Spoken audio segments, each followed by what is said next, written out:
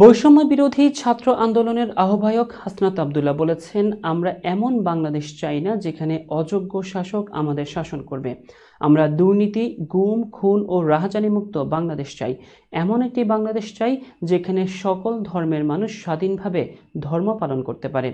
শুক্রবার রাতে কুমিল্লার দেবিদ্বারের ধামতি দরবার শরীফে ৭৭তম ইসালা সওয়াব মাহফিলে এসব কথা বলেন তিনি বলেন, আমরা এমন দেশ চাই না যেখানে আলেম ওলামাদের সামনে থেকেই মাইক কেড়ে নেওয়া হয় কিংবা তাদের দাড়ি ধরে কারাগারে পাঠানো হয়।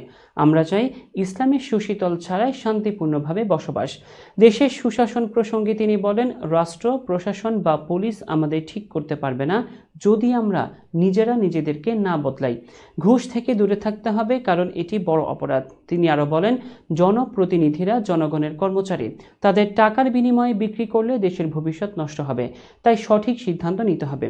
অনুষ্ঠানে ওলামায়ে কেরাম ও ধামতি দরবার শরীফের পীর মাওলানা বাহাউদ্দিন উপস্থিত ছিলেন।